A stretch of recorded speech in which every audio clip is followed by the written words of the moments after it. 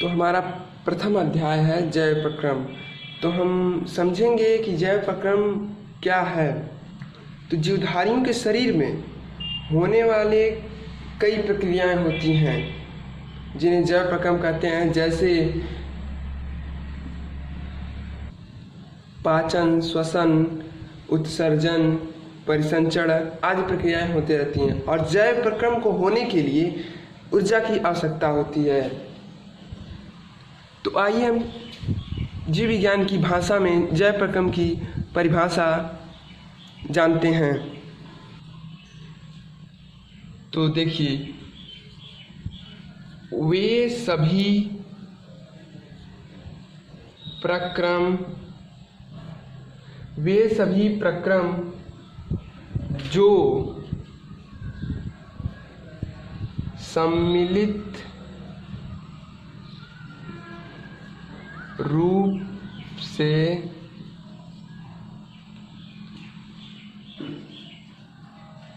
अनुरक्षण का कार्य करते हैं। वे सभी प्रक्रम जो सम्मिलित रूप से अनुरक्षण का कार्य करते हैं। यहाँ अनुरक्षण का अर्थ है अपनी रक्षा, मतलब शरीर की रक्षा के लिए जो प्रक्रियाएं होती हैं उन्हें अनुरक्षण कहते हैं, उन्हें जैव प्रक्रम कहते हैं। अनुरक्षण का कार्य करते हैं तो उन्हें जैव प्रक्रम कहते हैं। तो आप लोग समझ गए होंगे कि जैव प्रक्रम किसे कहते हैं। आप लोग नोट करते जाइए कॉपी में। वे सभी प्रक्रम जो सम्मिलित रूप से अनुरक्षण का कार्य करते हैं तो उन्हें जैव प्रक्रम कहते हैं। तो यहाँ अनुरक्षण का अर्थ है, अभी हमने बताया है कि अपनी रक्षा, शरीर की रक्षा, अपनी रक्षा। तो शरीर की रक्षा के लिए जो प्रक्रम होते हैं, प्रक्रियाएं, उन्हें जैव प्रक्रम कहते हैं। जैसे जैव प्रक्रम जैसे पोषण, जैसे कि हम अपने शरीर को स्वस्थ रखने के लिए भोजन करते हैं, उसे पोषण कहते हैं। उसके बाद श्वसन नहीं करेंगे तो हम जीवित नहीं रह सकते हैं। और रक्त का परिसंचरण हमारे शरीर में आंतरिक भागों में होता रहता है। और उत्सर्जन भी जरूरी है हमारे शरीर के लिए, अवशिष्ट पदार्थों का उत्सर्जन आदि प्रक्रियाएं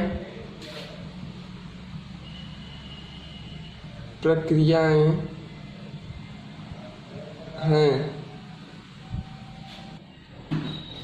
यह जैव प्रक्रिया जो है, जैव प्रक्रिया यह एक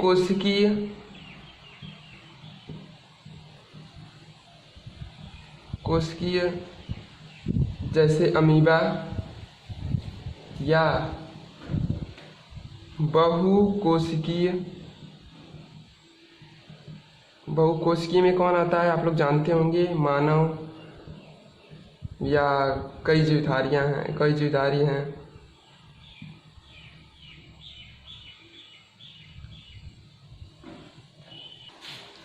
सभी में जीवित रहने के लिए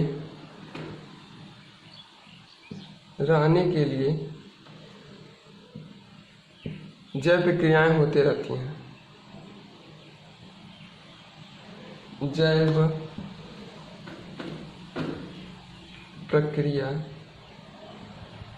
होती रहती है। और आप जान चुके हैं कि जैव प्रक्रिया में क्या क्या आता है, जैसे पोषण आता है, श्वसन आता है, परिसंचरण आता है, उत्सर्जन आता है आदि। जैव प्रक्रियाएं एक कोशिकीय हो या बहुकोशिकीय, सब में होता रहता है।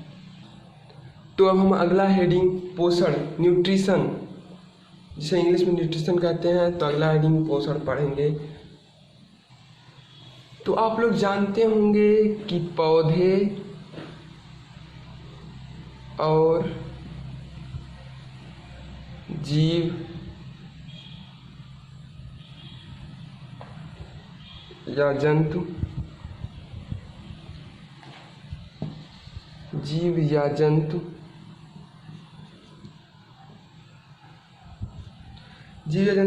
सजीव होते हैं। सजीव होते हैं।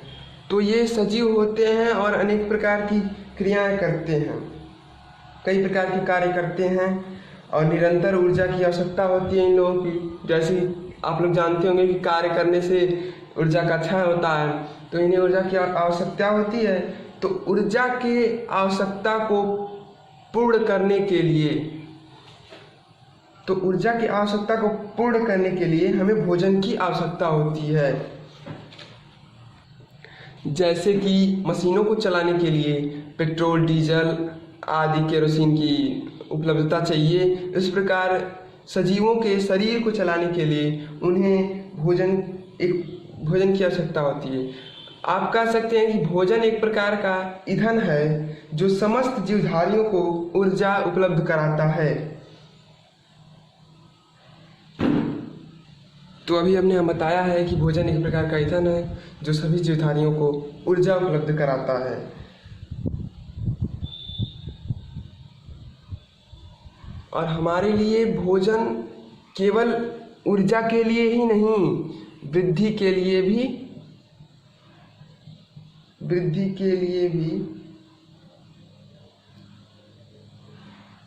अनिवार्य होता है।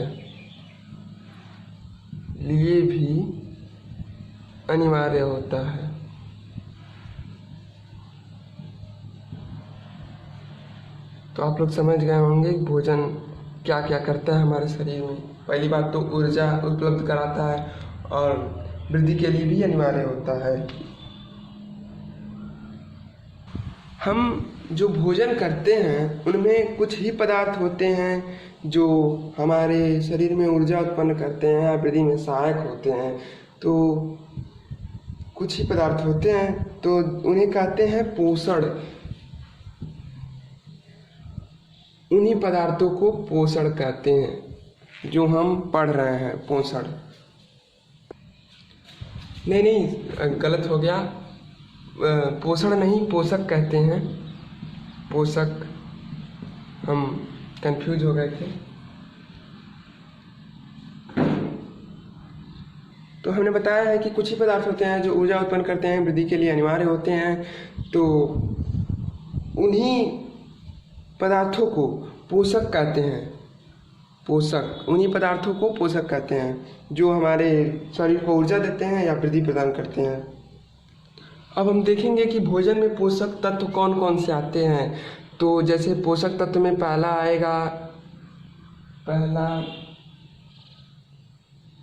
कार्बोहाइड्रेट, और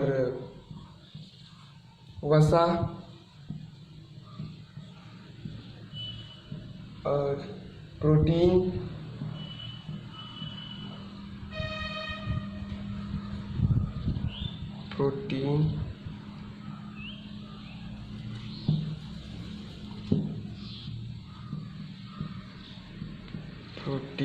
और खनिज लवण।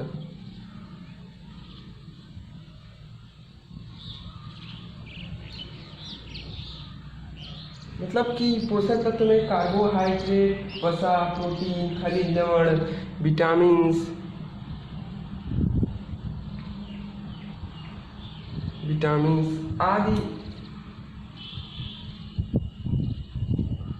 आदि पोषक तत्व होते हैं। यही सब पोषक तत्व हमारे भोजन में पाया जाता है और यही हमें ऊर्जा प्राप्त कराते हैं और वृद्धि होती है हमारे शरीर की, इन्हीं पोषक तत्वों के कारण ही। अब हम पढ़ेंगे पोषण किसे कहते हैं। अभी तक तो आप लोग पोषक तत्व पढ़े हैं और भोजन क्या है शरीर के लिए, ये सब पढ़ें। आप पढ़ेंगे कि पोषण किसे कहते हैं।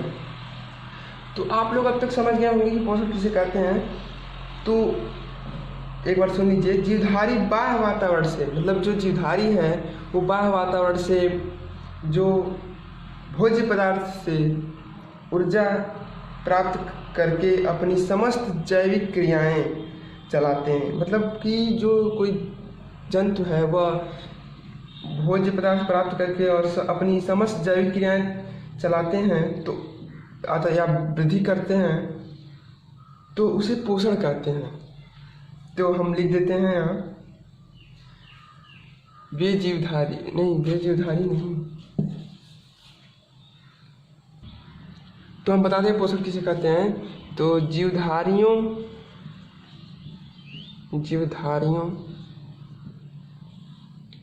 का भोजन ग्रहण करना तथा भोज्य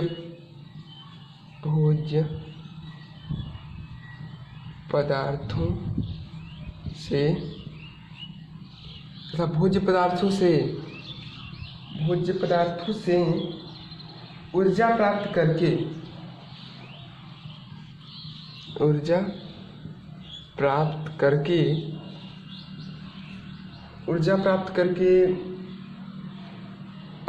अपनी समस्त जैविक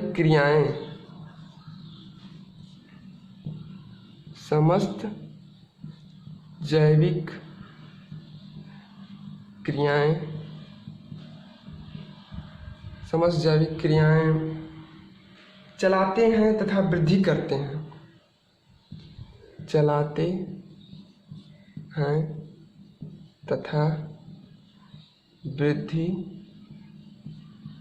करते हैं।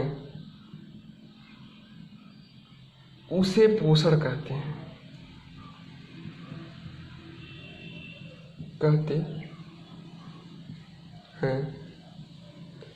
तो देखिए, जीवधारियों का भोजन ग्रहण करना तथा भोज्य पदार्थों से ऊर्जा प्राप्त करके अपनी समस्त जैविक क्रियाएं चलाते हैं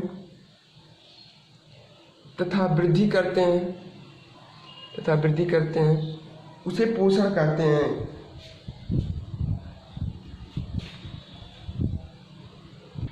तो आप लोग नोट बनाते रहिए। अब आगे पढ़ा रहे हैं पोषण की आवश्यकता या उपयोगिता। तो अब हम जानेंगे कि पोषण की आवश्यकता क्या है, उपयोगिता क्या है, हमारे शरीर में क्या क्या उससे हमें लाभ होता है। तो सरल भाषा में समझ लीजिए कि पहला तो ऊर्जा प्राप्त होता है, ऊर्जा मिलती है पहले, और उसके बाद वृद्धि में, जैसे वृद्धि होता है तो वृद्धि कैसे होता है। तो वृद्धि एक कोशिका में, आप लोग कक्षा 9 में पढ़ चुके होंगे, कोशिका में जीव द्रव्य होता है। तो भोज्य पदार्थ हमें लेने से कोशिका के जीव द्रव्य की मात्रा बढ़ती है, जीव द्रव्य की वृद्धि होती है। तो जब वृद्धि होती है तो मानव में वृद्धि होती है। मान लो एक कोशिका बढ़ेगा, फिर दूसरा, फिर तीसरा, मतलब ऐसे ऐसे मानव की वृद्धि होती है।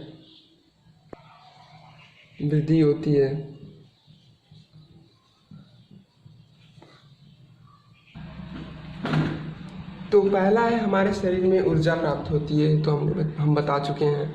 और जीव द्रव्य की मात्रा में वृद्धि होती है जिससे शरीर में वृद्धि होती है, भी बता चुके हैं। अब देखिए तीसरा क्या है, कोशिकाओं तथा ऊतक में होने वाले टूट फूट की मरम्मत होती है। मतलब आपको कहीं चोट लग गई तो वहाँ की कोशिकाएं मतलब उन कोशिकाओं की क्षति हो जाती है, जिसकी मरम्मत होती है वो पोषण के कारण ही होती है। भोजन करते हैं, उससे पोषक तत्व जो होते हैं वही मरम्मत करते हैं। और देखिए चौथा क्या है, संतुलित भोजन शरीर की प्रतिरोधकता क्षमता को बढ़ाता है। मतलब कि कोई भी आपको रोग होगा तो उससे रोग से लड़ने के लिए आपको सक्षम बनाएगा। संतुलित भोजन लेंगे तो मतलब ये पोषक तत्व ही होते हैं जो संतुलित होते हैं, जो बीमारियों से लड़ने के काबिल होते हैं। वो प्रतिरोधक क्षमता को भोजन बढ़ा देता है और वही लड़ते हैं कई वायरसों से, मतलब जैसे टाइफाइड, डेंगू आदि। जो प्रतिरोधक क्षमता जिसमें कम होगी उनमें बीमारियों से लड़ने की जो ताकत है वो ख़त्म हो चुकी होती है, जिससे कई लोगों की मृत्यु भी हो जाती है। तो इस वीडियो में यहीं तक। अब अगले वीडियो में पढ़ेंगे हम पोषण की विधियाँ। तो आप लोग नोट बनाते रहिए और अगले वीडियो में हम पढ़ेंगे पोषण की विधियाँ।